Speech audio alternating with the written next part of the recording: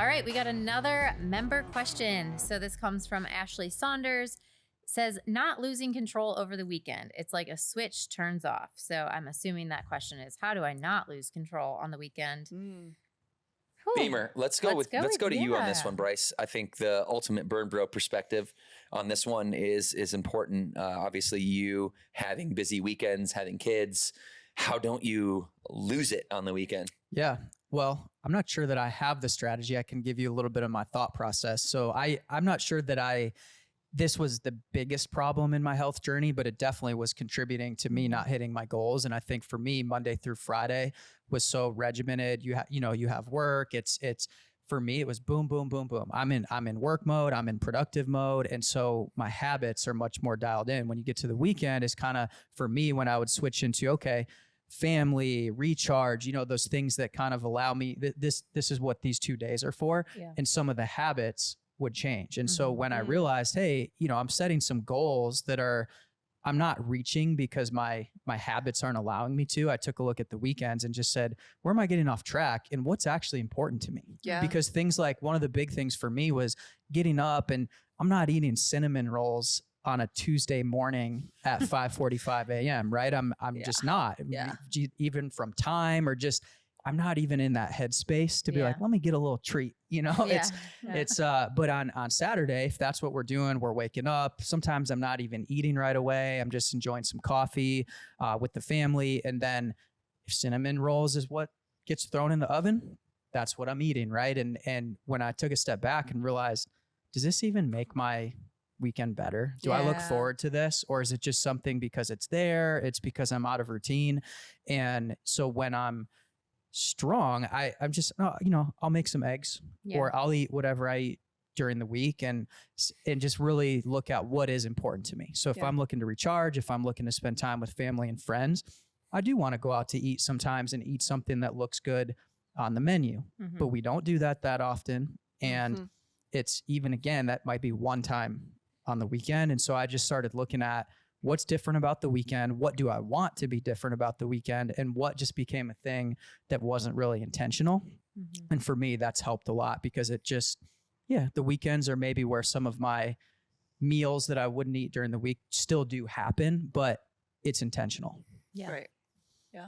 Now tell me, trainer, does that make sense? Or are you like, dude, switch your life immediately?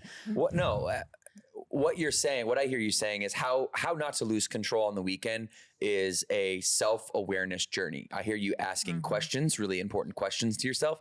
Does this serve me? Is this just a mundane habit? Morgan and I talked about this like last night. Is it just like a habit? Like, are you just doing it because that's what you do? Like, what is the intentionality behind a habit? Okay, so if you believe that might be the axiom in which we can have a solid strategy from, what is the intention of the habit? Then baked into that question is the word anticipation, because intentions have to be future oriented, right? And so if I'm future oriented with my intentions, now I'm starting to anticipate what's going to be in front of me. And if you, let's like you're traveling, you're going on a vacation and you're planning for the trip, how much more put together and sound, and how much better do you feel about that trip knowing that you know exactly what you're going to do when you get there? It's not like you're going to touch down in like the Caribbean islands and be like, we're here, man. What are we going to do? Right? Like, you're going to actually. The accents are out there. Where are we staying? How are we getting around? We're going to Jamaica. Yeah, you don't do that. You don't just show up somewhere and then just like walk around and like without a game plan. And so if you're doing that, and my silly metaphor, if you're doing that on the weekend, just showing up on the weekend saying, oh, I'm here now. What do I want to do? Well, as a human being, we want to do what feels good to us. And most of what feels good to us is bad for us. And so we're going to inevitably just fall into something that's bad. And that's when you create those bad habits, is like you're falling into it unconsciously and you're not asking those really intelligent questions that you're asking. And so, I wrote about this in the first book. I know we're going to talk about the burn book today a little bit. But the first book I wrote, Stop Starting Over, I talked about the 12-hour rule. And that's just a very simple way for you to anticipate the weekend. And it says, hey, 12 hours out of the week, modify a healthy diet, have the cinnamon roll, go to the restaurant and have the thing, because we also know that if you just deprive yourself of all the things that you want, now you're just in this like restrictive imprisonment mode. And all you can think about is the cinnamon roll. all you can think about is like, don't think about the cinnamon roll. Don't think about the cinnamon roll. I want the cinnamon roll. Next thing you know, it's in your gullet. It's all down down the hatch. So anticipation is power. Yeah. Anticipation is power. The summer months are coming up and you're going to have barbecue. Okay. You're going to have your birthday, the thing that you say, oh, that snuck up on me. By the way, that happens every year and it doesn't change. Like your dad's birthday, your mom's birthday, your birthday, all the birthdays you have in your life, those don't change. Christmas, same time every year. same time every year. It's enlightening stuff. Did that come to you during a meditation session that you just thought, keep sneaking up on me? Thanksgiving, it's there, right? Yep. Halloween, it's Have a there. plan. So if you say, well, my lifestyle, well, it's like everything, you could find an excuse almost every day to go off the rails.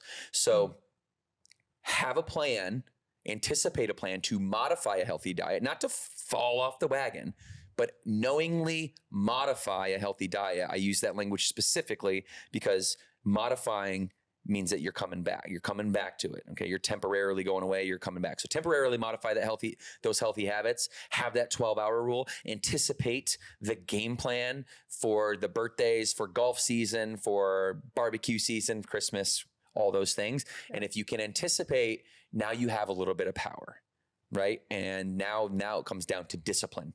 Right. So you have your plan, you have your anticipation. Now it's about how bad do you want to feel good?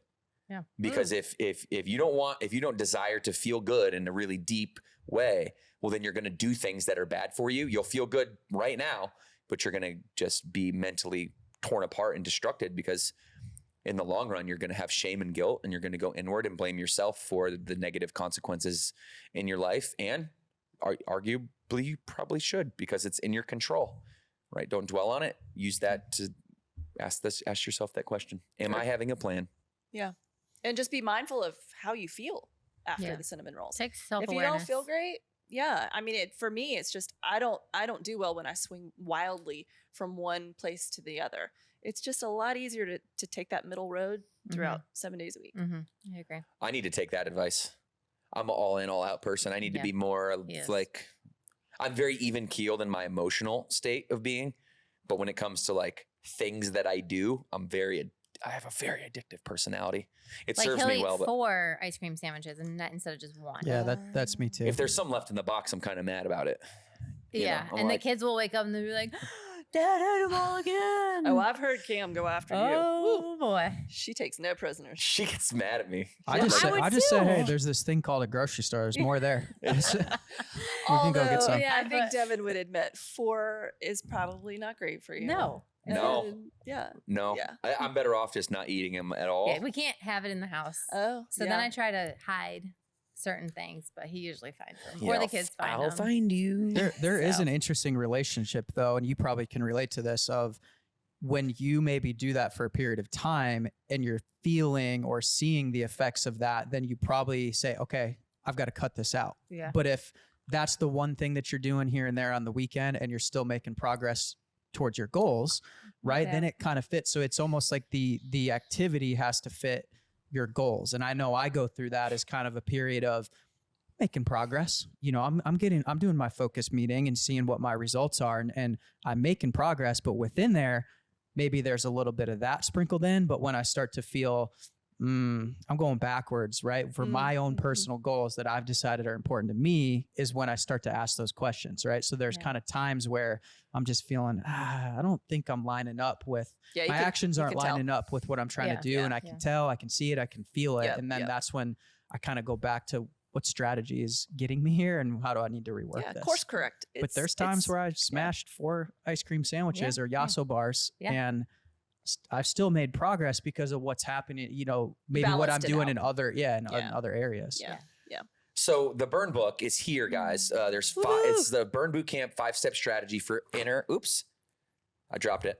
This is the Burn Boot Camp 5-step strategy for inner and outer strength. Morgan and I and Ansley really put this book together, and there's really 5 categories. It's burn, achieve, nourish, believe, and connect.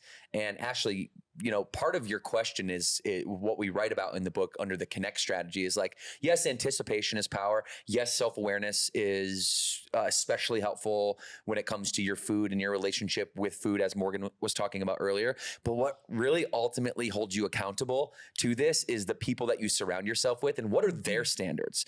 What are their standards for their life? Because when Bryce, you know, maybe goes off, modifies a healthy diet for too long, I'm going to call him out. He's going to call me out in a friendly burn bro type way. And I think the ladies are different. They have maybe a different energy around around like how they might call each other out or hold each other accountable, but it's the same thing. It's the same outcome, Sure. right? We're holding each other accountable. Like we kind of have like the locker room talk, like, come on, dude, what, you can't do it? Like, it wouldn't that look type of- friendly to you, but Yeah, it it's wouldn't look friendly, but Yeah. it's super friendly to us. We don't give each other shit. We're that not. much. We're not gonna do a live one on the podcast, please. Okay.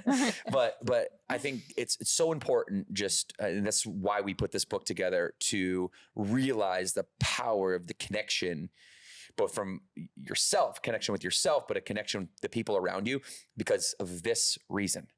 You will always do more for the people that you love in your life than you will do for yourself. You don't believe me? Go to YouTube and type in old lady lifts car.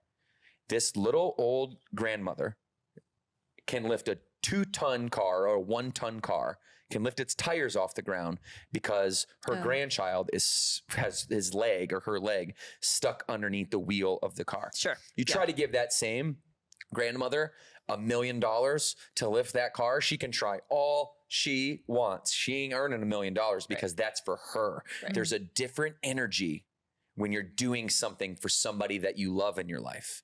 And this, to me, is the power of community, because you'll always show up for other people and work harder for them than you will for yourself. And that's the truth. Yeah. Yeah. Different motivation.